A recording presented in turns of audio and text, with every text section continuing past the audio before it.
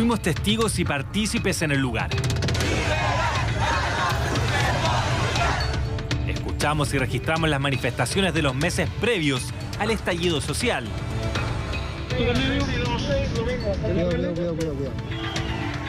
Todo para entender y vivir en primera persona lo que ocurría antes de octubre y lo que hoy está pasando en las calles.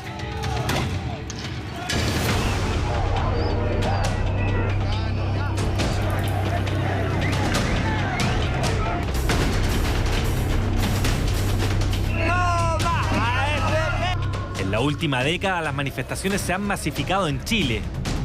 Contabilizamos las estadísticas y los números de marchas efectuadas en el país.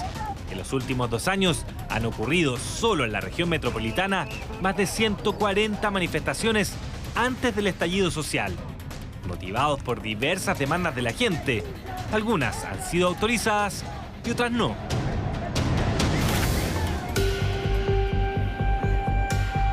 Este evidencial comienza en una marcha del 29 de agosto. El llamado era a marchar en contra de la educación de mercado.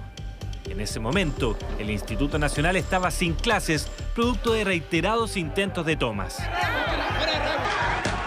Con apoderados enfrentados por volver a la normalidad, carabineros entrando al establecimiento y bombas Molotov, lanzadas por estudiantes encapuchados que llevaron a un plan de revisión de mochila y controles de identidad a los escolares. Y esta marcha no autorizada también carga con el descontento de los secundarios por esa medida. Son las 11 de la mañana, aquí todavía está todo en calma, recién empieza la marcha, está lleno de carabineros a los alrededores, pero de momento parece que todo está tranquilo y por lo que están hablando los organizadores están pidiendo que la marcha se mantenga toda tranquila hasta el final. Cuando intentamos desplazarnos al oriente, siguiendo a un grupo de estudiantes para ir donde está el total de la manifestación, Carabineros nos detiene. Cuidado. ¿Me puede prestar su carnet, por favor? Sí. ¿Ahora me lo puedes pasar? Por favor. Somos sometidos a un control de identidad. ¿Dónde estuviste ahora? Providencia. Providencia. Conteo preliminar de... ¿Está listo? Vale, gracias, sargento. Según el protocolo de Carabineros, hay distintas fases para el comportamiento de la policía en una manifestación. La primera es actuar por presencia. La segunda es dialogar. Y la tercera es el uso de la fuerza, que también tiene distintos niveles. Hablamos con el general director de Carabineros, Mario Rosas, para que nos explique las facultades que tienen en estos casos. Están los niveles, están las instancias y ahí utilizamos todos los accesorios que el Estado ha puesto a nuestra disposición, partiendo por el bastón de servicio, partiendo por las esposas de seguridad, pasando por el uso del agua con nuestros carros lanzagua, después los disuasivos químicos, después el uso de las armas de fuego con munición no letal, hasta las armas de fuego ya letales de acuerdo a la adversidad o a los ataques que estén sufriendo los carabineros, terceras personas o la propiedad pública o privada. Volvemos a la marcha. Al avanzar, nos encontramos con un cordón de carabineros que impide el paso por la calzada. El impedimento del paso responde a que la marcha no es autorizada y Carabineros debe proteger el perímetro cercano al Palacio de Gobierno. ¿Quieres tomar mi billetera, acaso? No, pero sácala de tu billetera. No. En un costado del lugar se produce un altercado. Así no se hace el control.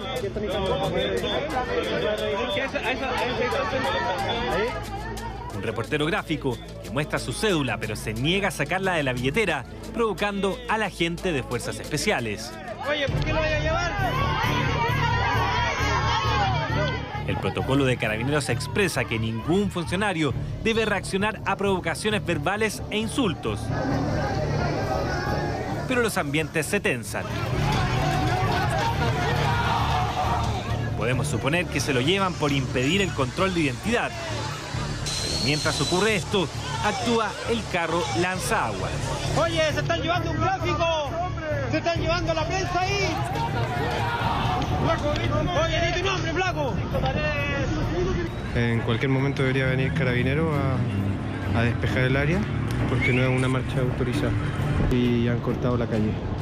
Cuando no son autorizadas, ahí hay varios inconvenientes. Primero porque afectan muchos derechos de las personas, sobre todo el de desplazamiento, de circulación, y esto implica tomar algunas medidas que afectan a muchas personas. Eso significa cambiar los traslados, la ruta del Transantiago, involucra la saturación de calles paralelas. Y obviamente que como no sabemos dónde empieza, dónde termina, el despliegue de carabineros es mucho mayor. Encontramos a otro grupo en la altura de la Universidad Católica. Algunos estudiantes que venían marchando junto a nosotros ahora se encapuchan y comienzan a atacar con piedras a carabineros. Y en cosa de segundos, funcionarios suben corriendo. Y se llevan a 2 jóvenes detenidos. El carro lanzagases actúa y dispersa al grupo que quedaba. Ya no se puede respirar. Las lacrimógenas son demasiado fuertes. La manifestación finaliza. Él es menor de edad, lo llamaremos Carlos. Aún está en el colegio y se considera miembro del movimiento de encapuchados. Confiesa que habitualmente participa en las contramarchas de Santiago. ¿Qué es la contramarcha? La contramarcha es tirarle piedras o tirarse encima del carro lanzagua o hacer el show para que no pase, o tirarle bombitas de pintura o más cosas. ¿Qué es lo que motiva a los encapuchados? Es por muchas veces la infraestructura de los colegios emblemáticos. Por ejemplo, el Instituto Nacional, que se llueve para el invierno, tiene muchas falencias estructurales y no soporta temporales en lluvia, se llueve. Justifican que no hay plata para restaurar los colegios, pero sí para poner cámaras y sistemas de vigilancia. ¿Y por qué encapucharse para hacer eso? Carabinero ya te puede fichar, ya sea con un dron o con los mismos sistemas de seguridad que tienen los zorrillos y los guanacos, que tienen cámara. Tienen 4 cámaras en su lado. Entonces, si te ven sin capucha, te pueden hacer un análisis por internet, empiezan a buscar los rostros o tus cuentas de Instagram, te pinchan, como se dice vulgarmente, y te pueden intervenir el teléfono y todo eso. Las molotov, ¿dónde las sacan? ¿Cómo se consiguen? Te venden benzina en la bencinería. O sea, no sé si el bombero se va a cuestionar. Las molotov normalmente se las tiran a los zorrillos y a guanacos, y son casos aislados de que han llegado carabineros. Son funas internas de medidas de contra la represión que tenemos a nosotros, como una manera de devolvérselo, más que nada. Otra de las marchas que asistimos antes de que todo explotara fue en conmemoración del Día de la Raza. Y a diferencia de la anterior, esta fue autorizada por la Intendencia.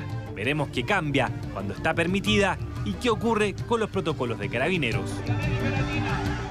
Es 12 de octubre y la marcha por la resistencia mapuche avanza por la Alameda. Esta manifestación tiene diferentes consignas, pero la primordial es el reconocimiento a los pueblos originarios, como los mapuches, y reclamar contra las transnacionales que han posicionado explotaciones en territorios que para ellos son milenarios.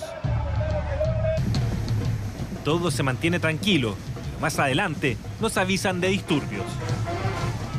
Con bastantes incidentes, ya a la altura del GAM se comenzaron a realizar los primeros incidentes contra carabineros, algunos rayados en la pared. Hay 2 marchas. Una, la marcha que estamos viendo aquí dentro, que es la marcha de las músicas, bailes regionales, pacíficamente, y otra es la marcha de los laterales, es donde va habiendo enfrentamientos con carabineros y lacrimógenas, piedras, de todo.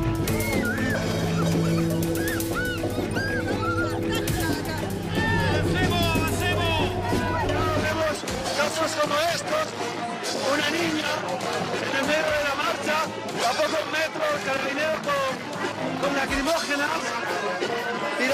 tirando agua. Seguimos rumbo al poniente. El grupo en el que nos encontramos continúa marchando de manera pacífica, pero quienes lo hacen por los costados, encapuchados, están en pleno enfrentamiento. La marcha termina por acá y se está empezando a dividir en los grupos. Un grupo sigue por la Alameda, otro grupo se está metiendo aquí en la calle Antón Fuentes.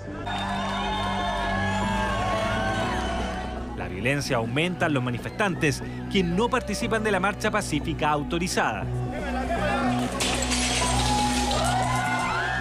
Pero, ¿qué es lo que lleva a los encapuchados a actuar con tanta ira?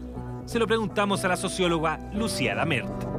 Creo que no hay un encapuchado, creo que son muchos grupos distintos, son muchas individualidades que comparten algunos rasgos comunes. Uno, son jóvenes.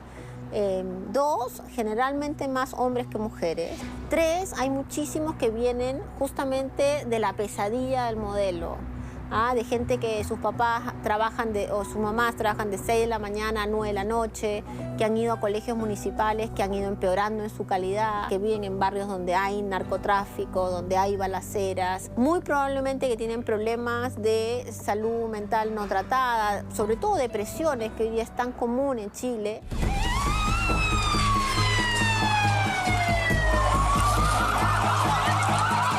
En este minuto ya está un caos. Carabineros incauta palos de coligües con los que manifestantes los atacan. Lacrimógenas por todos lados. Muchísima gente afectada por las lacrimógenas. Vemos gente vomitando, gente que no se puede ni siquiera mantener en pie. Esta marcha fue solo 6 días antes del estallido social que hoy sacude al país. Hasta ese momento, y solo en la región metropolitana, se habían llevado a cabo cerca de 70 manifestaciones. En 37 ocasiones hubo lanzamientos de bombas Molotov. ¿Qué se venía incubando en Chile? ¿Qué fue lo que las autoridades y la clase política no vieron? Creo que el número de marchas muestran dos cosas. Uno, que la gente no encuentra que sea la política el canal para expresar su malestar. Y por eso es que la gente permanentemente empieza a salir a marchar de forma, digamos, pero con permiso o sin permiso. Lo segundo es que en casi todas las marchas del 2011 en adelante, además empieza a haber cada vez más grupos o personas que ejercen la violencia al final o en el medio de las marchas. Y eso también es un fenómeno que no se logra callar, que no es esporádico, sino que se empieza a mantener como constante en el tiempo. Entonces, esos dos fenómenos yo creo que te podrían haber alertado de que estábamos frente a una situación donde cualquier chispa podría prender en términos de generar mayores niveles de conflictividad social. Y la chispa estalló a estas alturas, histórico 18 de octubre de 2019.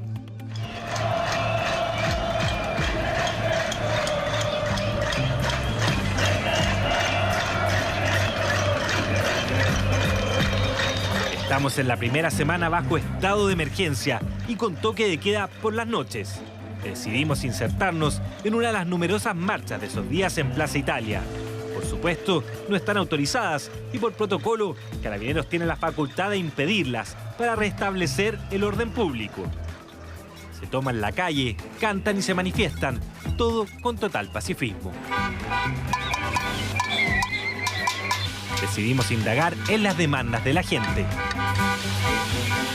Alguien tiene que salir a decir lo que está pasando. Tremenda desigualdad que existe en Chile. Este país es rico en todo lo que es riquezas naturales, pero sin embargo la explotación se lo lleva el 1% de este país. Para el restante no hay nada. Hay una desigualdad enorme. Es cosa de ir a meterse abajo de Mena, a meterse a las poblaciones de La Pintana, a La Legua, para ver que la desigualdad social en el país es demasiada. Chile es un país muy injusto, que las cosas están más repartidas, que tenemos que luchar por nosotros tener un mejor futuro y darle un mejor presente a nuestros abuelos, padres. Trabajé 40 años en la educación y esto es lo que gano ahora en jubilación de 40 años. Subvenciones de 185.000 pesos. Por eso usted está aquí en la calle. Obvio, pues, obvio. En este rato ya hace un año que estoy recibiendo esto. Yo creo que más de algún historiador va a escribir como la revolución de los 30 pesos que va a producir todos estos cambios que vienen arrastrándose más de 30 años. En un momento, los manifestantes deciden avanzar hacia el poniente, pero Carabineros no los deja. ¡Sin violencia! ¡Sin violencia!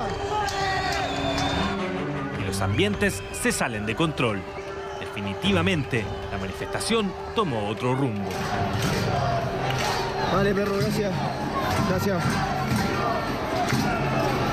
Ábreme el ojo. Es bicarbonato con agua, así que tranquilo. Ya. Gracias, gracias.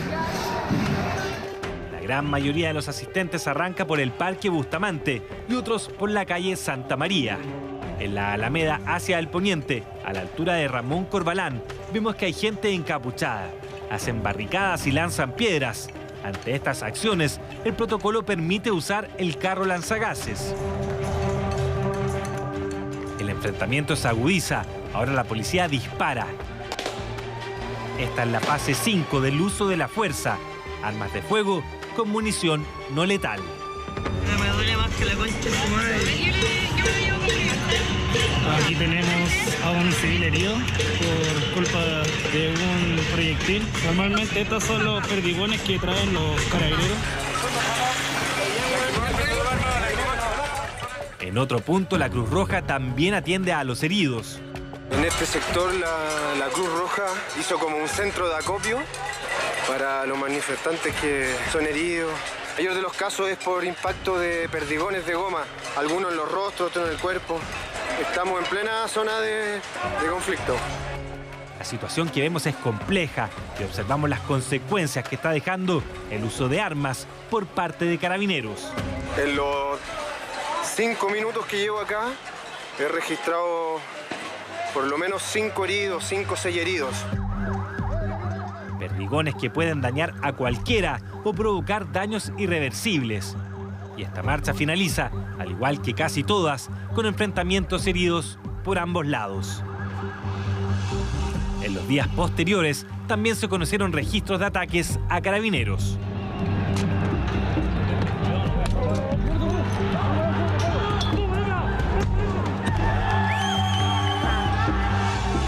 Son lesiones que hemos tenido por fracturas, algunos ataques con ácido, con cloro, otros con artefactos incendiarios. Incluso tenemos carabineros que han tenido traumas testiculares, traumas oculares y muchas fracturas. Creo que las policías no estaban para nada preparadas para lo que han visto. Creo que este es un tema político que ellos sienten que han tenido que salir a resolver a lumazos a la calle. Tengo la impresión que la policía, en la desesperación de toda esta cantidad de horas que han tenido que estar en la calle, terminaron sacando gente a la calle que no estaba preparada para esto. Gente que estaba en las comisarías, que estaba en otro tipo de funciones. Esto acelera los procesos de uso de violencia. Intentamos entender qué es lo que lleva a los grupos más radicales a actuar con tanta violencia. Recorremos algunas de las estaciones de metro que fueron quemadas durante el primer fin de semana de disturbios. En la estación Elisa Correa de Puente Alto encontramos a algunos jóvenes encapuchados recorriendo la estación, algunos haciendo grafitis, otros dentro de los vagones. Averiguamos que son del barrio. Aquí una joven estudiante. ¿Qué estudias? Arte y gestión cultural. ¿Tú crees que esto pasó porque no se lo vieron venir? Porque la gente está cansada de que el gobierno les dé una pésima calidad de vida. Mi mamá, por ejemplo, yo también digo que lucho por ella, a pesar de que ella no está de acuerdo con que yo haga estas cosas, pero yo lucho por ella. Mi mamá tiene 2 trabajos. Entonces tiene que pagar su salud, tiene que mantener una familia y el sustento de mi familia, tiene que pagar mi educación, tiene que pagar la comida, tiene que pagar el agua, la luz, etcétera, etcétera, etcétera. Entonces, imagínate, tiene que tener 2 trabajos porque con uno no le alcanza. Entonces, imagínate el desgaste físico y emocional que tiene mi mamá para poder sacar a sus hijos adelante. Yo no estuve presente en el momento en que ocurrió esto, pero se vino abajo todo y se quemó. Si bien el metro lo utilizamos mayormente nosotros, lo que nosotros intentamos con esto es hacer eco en el bolsillo de los poderosos. Es lo mismo que pasa en los supermercados. Las únicas formas que estamos encontrando de generar presión e intentar generar cambios es a través de esto, de destruir, de quemar cosas. Y la idea no debería ser esa, pero no nos queda otra respuesta. Bueno, tengo 17 años, estoy en toda esta onda de las movilizaciones desde los 14 tal vez.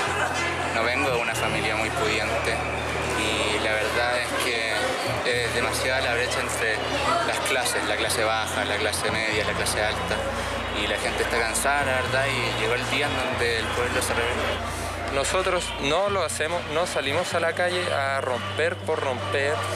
Nosotros lo que hacemos es ir a entregar un mensaje, a descargar nuestra rabia en contra del gobierno. Puede también que haya otros que participen de organizaciones criminales, ¿cierto? Y que ven en esto desde una batalla contra la policía hasta una oportunidad económica en términos de los saqueos. Pero la gran mayoría, yo creo que es gente que comparte una marginalidad y una violencia estructural desde que son muy pequeños. Hay muchas protestas que fueron por la vía del pacifismo, de la calma, pero que no se logró nada, porque el Estado chileno es muy represivo. Los mismos ministros políticos a veces hasta casi se burlan de la gente, diciendo que para pagar menos pueden levantarse más temprano o que no protestan por el precio del pan.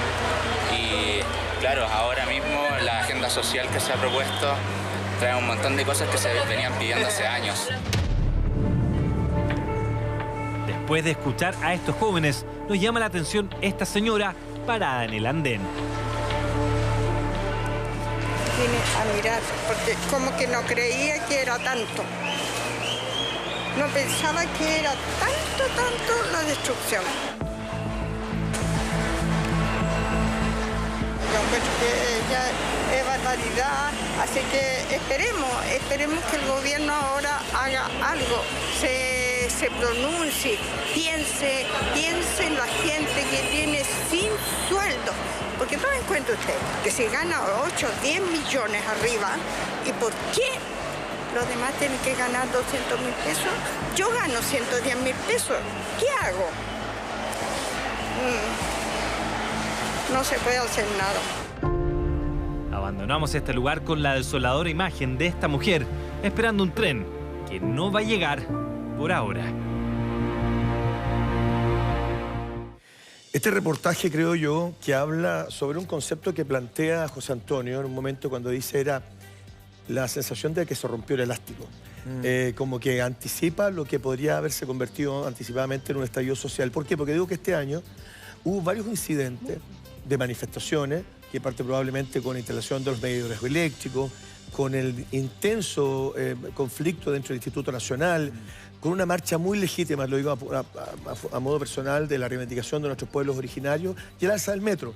Yo creo que eso finalmente hace lo que se corta el elástico, pero quería hacer mención a lo siguiente. Fíjate que vi un joven en un reportaje acá del programa, un joven, digo yo, 14, 15 años, que es detenido por carabineros y eso sale en televisión. Y él está con mucha rabia. Y el carabinero le dice, por favor, detente, lo aprisiona.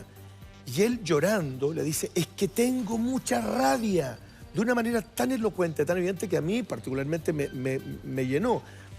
Y este sábado yo tuve la oportunidad de ir a Tirso de Molina en una actividad que organizó Jairo, que ustedes saben quién es, sí, en el Cambio de tu Vida. Y había gente de calle. Yo canté ahí, estuve muy cercano de personas que son muy humildes. Y una de las personas, y muchas de verdad, se acercó a mí y yo le digo, ¿cómo se siente? Y me dice, yo le pido por favor que usted le pida a las autoridades que no nos dejen de ver, que no nos aparten. Y fue muy fuerte. Entonces aquí se juntan varias emociones con respecto a lo que está sucediendo en Chile. Y les doy la palabra, chicos, porque yo lo quería... Que es muy interesante porque hay que tener claro que, y yo creo que ya todos tenemos ese diagnóstico, que esta es una crisis efectivamente del sistema social y no político necesariamente. Exactamente. ¿no? Este no es un tema, digamos, de partidos políticos, ni es una revuelta con un alto grado de politización como se ha visto en otros países o en nuestra propia historia. Yo diría que es mucho menos político que la crisis boliviana, por ejemplo. Sin duda. Que tiene como eje ahí al masismo y a Evo Morales. Esto efectivamente es un movimiento social de base contra una élite indolente. Si eso es lo que estamos asistiendo. Ahora, lo importante, creo, para mirar las cosas con un poquito de mayor esperanza, es que tenemos, y los medios de comunicación en esto tenemos que ser absolutamente enfáticos. O sea, hay que apoyar el plebiscito, hay que apoyar el proceso que se ha hecho andar, aunque los políticos lo hayan, digamos, acordado contra la espada y la pared de alguna manera, esas consideraciones vendrán después. Pero hoy día la participación en el plebiscito de entrada es fundamental.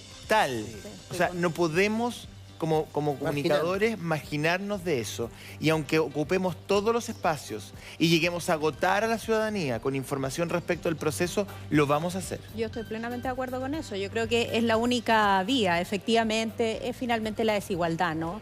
Y la petición de dignidad como una palabra que aparece en todas partes, y no solo en esta protesta, sino que en las que se desembocan y se desarrollan en todo el mundo, lo más relevante. Efectivamente, ya con un cansancio extremo, aumentado además, todos hemos hecho la cronología por declaraciones más bien indolentes de los ministros, ¿no?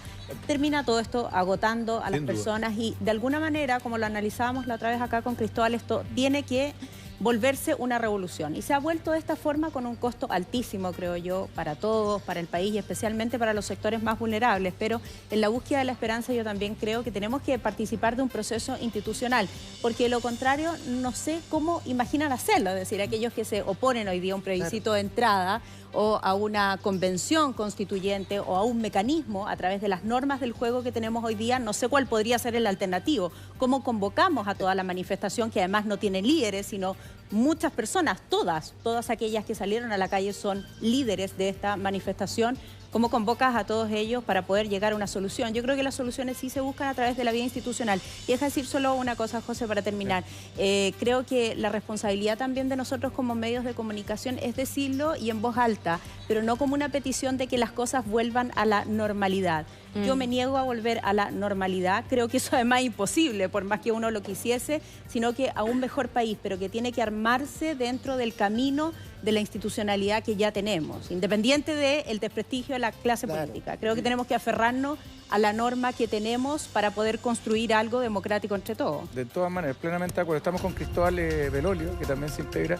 Fíjate que una de las cosas que te quería preguntar, Cristóbal, a propósito del reportaje, de la gracia que tiene el reportaje, es ir viendo cómo estos movimientos empiezan a tomar fuerza antes del estallido que ocurre ahora en octubre. Entonces, este reportaje de alguna manera tiraría, siento yo, por tierra la versión esto de que habrían grupos infiltrados y todo, porque claramente en Chile se estaba dando una manifestación que era anterior a este estallido. No sé qué piensas. Solo te hago un paréntesis antes de que conteste Cristóbal, porque estaba comentando allí con Felipe Vergara, quien arma este reportaje que nosotros hemos visto. Lo hace en colaboración además con el equipo de Misión Encubierta, que ellos tenían ya registros, ¿no?, de varias manifestaciones que se habían hecho.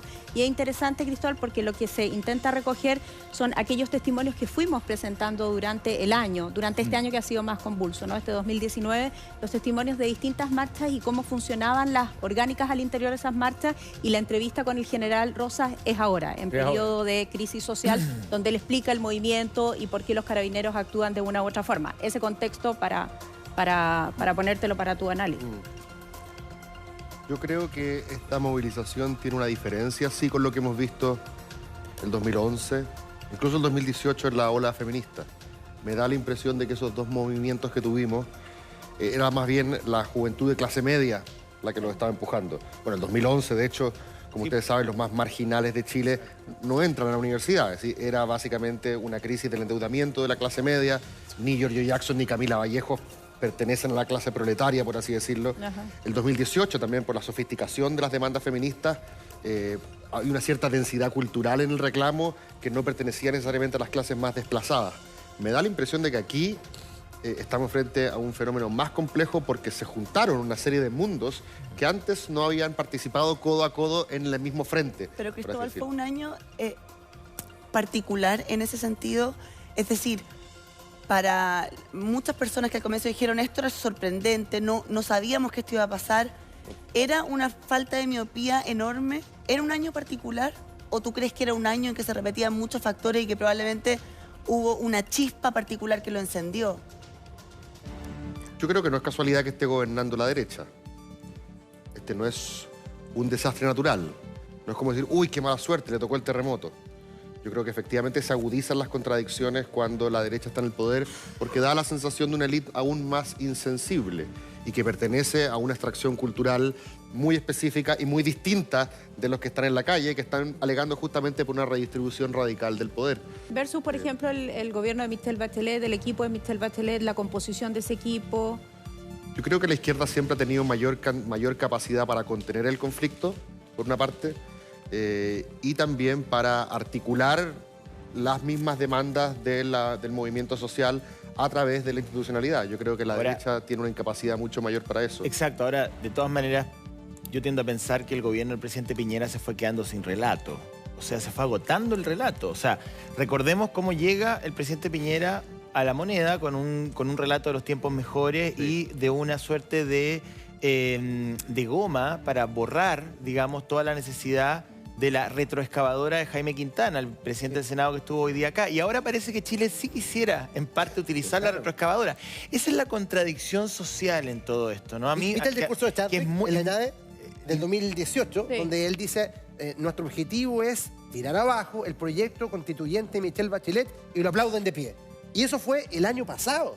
En ENADE. Entonces, algo pasa en el diagnóstico. Ahora, durante el desarrollo del gobierno, la verdad es que el gobierno se fue quedando sin benzina. Y esa es la impresión que yo tengo. Yo creo que se fue quedando con una benzina que no le servía para movilizar este auto. Porque finalmente lo que tú ves es que la agenda que planteó el gobierno de Piñera, que ganó legítimamente, talcamos además eso de la agenda, porque fue elegido democráticamente, yo creo que la agenda que él establece se va alejando cada vez más efectivamente de esta demanda social y de lo que estaba viendo a la calle. No sé si Cristóbal coincide conmigo. O sea, bueno, hay un viejo dicho que con plata baila el monito. Este gobierno, cuando promete tiempos mejores, lo hace principalmente en una dimensión material. Sí, claro.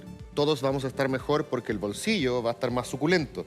En la medida de que esa promesa no se hace carne, la frustración es comprensible. No sé qué habría pasado si hubiéramos estado creciendo al, no sé, 5%, 6%. Ahora, nadie en el mundo está creciendo así ahora. Por lo tanto, lo que estamos viendo en Chile no es particular solamente de nuestra realidad. Está replicándose en muchos otros lugares donde también hay una percepción de aquellos marginados de que hay una élite que está concentrando básicamente todos los beneficios de la cooperación social. Porque es cooperación social. Y muchas veces esa élite siente que lo que tiene se lo ha ganado estrictamente en base a mérito y ñeque propio. Pero en el fondo estamos todos juntos en una empresa de cooperación social y esos frutos tienen que estar distribuidos de manera más o menos igualitaria para que sintamos que pero estamos todos. Pero no solamente material, ¿ah? No, yo no he dicho solamente material. Yo creo que hay una dimensión. Yo creo que hay una élite. Yo creo que hay una élite que tiene una dimensión que es muy social y que es muy peligrosa. Y cuando uno escucha, no entra en detalle, pero cuando uno escucha ciertas discusiones de la élite tangencialmente o indirectamente, tú te das cuenta que hay un subtexto brutal, donde no solamente yo me he ganado lo que tengo con esfuerzo, sino que yo no soy como ellos que están protestando ahí. O sea, eso es muy brutal. Ahora, bueno, lo social es difícil en el corto plazo de complacer. ¿Cómo construyes nación? Exactamente.